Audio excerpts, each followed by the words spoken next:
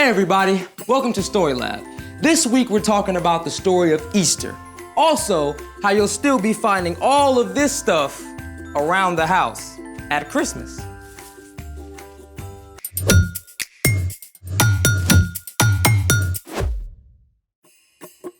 Hey, I'm Carter. And I'm Zeke. We're talking about Easter, which is celebrating that Jesus is alive. We said celebrating.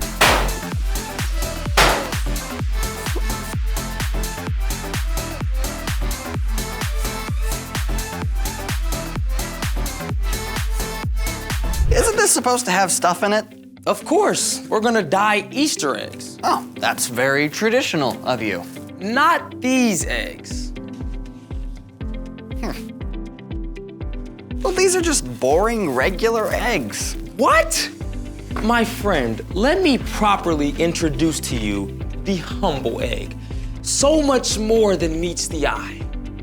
We start with the shell, but directly underneath, there's a stretchy membrane. This holds in the egg white, or albumin. And finally, we have the yolk in the very heart of the egg. Okay, so shell, membrane, white, yolk.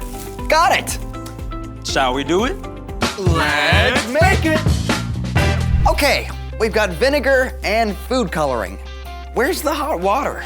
We're not using water to dye these eggs. Ah, the plot thickens. Step 1, fill 6 glass jars halfway up with vinegar. All vinegar? Yep. All right. Step 2, put about 5 drops of color in each jar.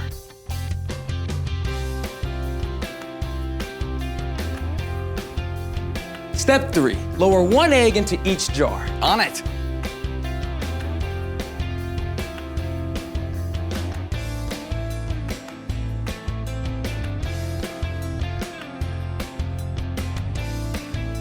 Ooh, done. All right, how long do we need to wait? 5 minutes, 10 minutes? 3 days. What? That's how long we have to wait. 3 days? Yep. And speaking of 3 days, it's time for The story before the story. Today we're in Luke, the 3rd book of the New Testament. In the beginning, God created everything. But when people turned away from God, the world was broken. God loves us way too much to leave us on our own. So God chose one family, the Israelites, and promised to bless the whole world through them. Many, many, many years later, God fulfilled that promise by sending Jesus, God's very own son. Jesus traveled the land, teaching and healing. He showed perfectly what it means to love God and love others. But the religious leaders were upset. When Jesus entered Jerusalem for Passover week, they made a plan to get rid of him. Which is where our story starts. Take it away. Hey everyone, I'm Brian. Today we're celebrating Easter, which is pretty much the most amazing day in the history of history. But before we can get to Sunday, we have to rewind a few days to one of the darkest moments in history. When Jesus entered Jerusalem, the crowds cheered him and gathered early each morning at the temple to hear him preach. But behind the scenes, one of Jesus' own friends, Judas, made a deal with the religious leaders to betray Jesus. On Thursday evening, Jesus celebrated the Passover meal with his friends. Jesus offered them wine and then broke bread and gave it to his friends as well. This represented how Jesus would give up his life for us. After this meal, Jesus and his friends went up to the Mount of Olives, where Jesus laid out his heart before God in prayer. Father, if you are willing, take this cup of suffering away from me, but do what you want, not what I want. As Jesus finished praying, a group of religious leaders and guards arrived, led by Judas. Now, Jesus could easily have called on angels to stop the men, but instead, he allowed himself to be arrested. Jesus' followers panicked and ran away. Jesus was given a fake trial. On Friday morning, the religious leaders sent Jesus to Pilate, the Roman governor. I have found no basis for your charges against him. but the crowd cried out for Jesus to be killed. And eventually Pilate handed Jesus over to be taken away. Jesus had done nothing wrong, but the soldiers nailed him to a rough wooden cross. At noon, darkness covered the land, and about 3 o'clock, Jesus cried out, Father, into your hands I commit my life. and then Jesus died. The darkness was complete. If Jesus was dead, how could he be the one God sent to rescue us? That evening, several of Jesus' followers took his body and laid it in a garden tomb, a cave cut into the rock. A giant stone was rolled to block the entrance. It seemed like the end? But remember, the promises God made so long ago to bless the whole world, to send a rescuer? God keeps every promise, which means this story was not finished. Through the dark of Friday night and Saturday night, Jesus' friends hid out, afraid that they might be arrested next. Some of the women who followed Jesus wanted to place spices on his body, which was the tradition at that time. But they couldn't do any work on the Sabbath, Saturday, so they waited. And early on Sunday morning, the women gathered their supplies and hurried through the darkened streets to the garden and the tomb. Wait, what about the stone? Maybe we can roll it to the side? If we all work together. I don't know. It's huge. But when the women arrived at the tomb, they discovered something incredible. Look, the stone is gone. Should we go in? Of course. We have to. What the women discovered was unbelievable. He's gone. As they stared in shock, 2 brilliant angels suddenly stood beside them. The women fell down with their faces to the ground. Why do you look for the living among the dead? Jesus is not here. He has risen. Remember how he told you that on the 3rd day he would rise from the dead? As the angels spoke, the women did recall what Jesus had told them. They were filled with joy and raced back to where their friends, including Peter, were staying. He's alive! Jesus is alive! Don't joke about that. But the tomb is empty. We saw angels. They told us. It's not possible. Peter had to see for himself. He ran to the tomb and saw the linen strips, but no angels. He left wondering what on earth had happened. And the situation got even more confusing later that day when 2 of Jesus' followers reported that they had met Jesus along the road to Emmaus. We told you. What Cleopas says proves it. Maybe someone stole his body to cause trouble. Are you saying we didn't tell you the truth? No, but As they tried to figure out what was going on, Jesus himself appeared in the room with them. what? How? May you have peace. Jesus' friends were surprised and terrified.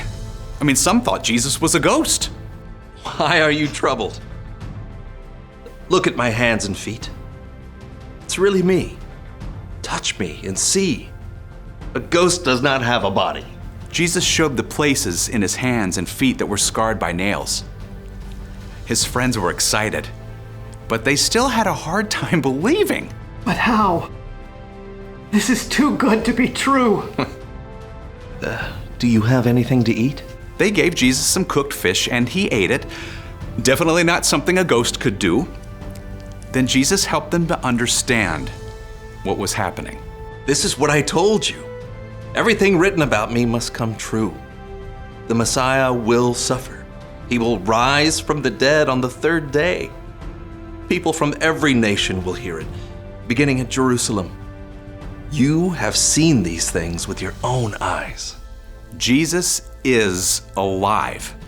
In fact, more than 500 people saw Jesus after he was raised to life. He proved that everything God says is true, and death is not the end, but that is the end of our story today. Can you imagine what it would have been like to have Jesus just show up in the room? I get why his friends weren't sure he was real at first. Yeah, and everything had gone so wrong. And suddenly everything was completely right. Yeah, it's the best plot twist ever. So what's our part in the story? Well, there is one thing to remember today, that Jesus is alive. When you choose to believe in and follow Jesus, you make him the foundation of your life. You can trust him with everything. Every choice you have to make. Every hard or confusing thing that happens. Every relationship. Every question. Following Jesus won't make your life perfect, but it does mean that Jesus will walk with you through every single moment and help you carry the hard things. It means that in the end, God will make everything right again. That is a major cause for celebration. And you can share it with everyone you know. You got that right. Happy Easter! See you next time. So, here's the thing. Jesus is alive. He's the light of the world. The brightest light ever. After the darkest 3 days. Oh, hey, about 3 days. Do we really have to wait that long for this, experiment? I actually had the same experiment set up 3 days ago. So these eggs have been in vinegar for 3 days? They look a little weird and bigger. Well, first we have to clean them off in water. Okay. Whoa. What happened to the shell? So, the vinegar dissolved the eggshell, then the membrane allowed the vinegar through to color the egg white. I love science. Try this. Like this. No way! Bouncy Easter eggs! That's awesome sauce! Whoa. Thanks for joining us in the Story Lab. See you next time. This is amazing. Oh, let me get the last one out. Whew. Yeah, how durable are these things? They're pretty durable. Okay. What about now?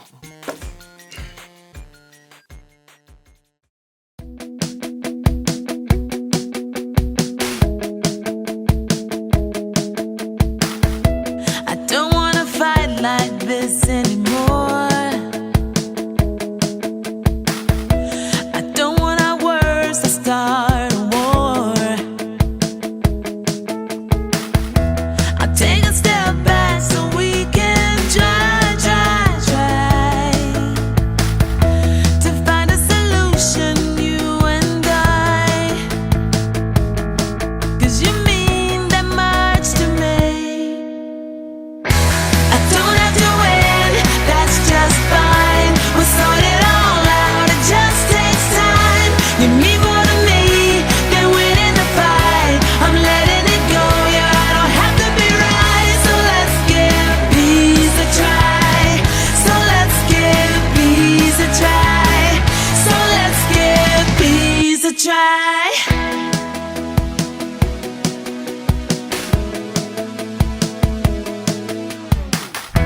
Seems like we've been down this road before. It feels like we're always keeping score. I can't let you go until we try. Beginning again, you and I. 'Cause it's worth it all to me. Oh, I don't have to win, that's just fine. We'll sort it all out, it just takes time. You mean more to me than winning the fight. I'm letting it go, yeah, I don't have to be right. So let's give peace a try. So let's give peace a try. So let's give peace a try.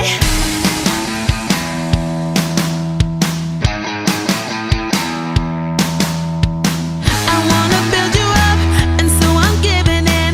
I wanna build you up, and so I'm giving in. Because it's not about whether or not I win, 'cause you mean more to me than that. I wanna build you up, and so I'm giving in. I wanna build you up, and so I'm giving in. Because it's not about whether or not I win, 'cause you mean more to me than that. I don't have to win, that's just fine. We'll sort it all out, it just takes time. You mean more to me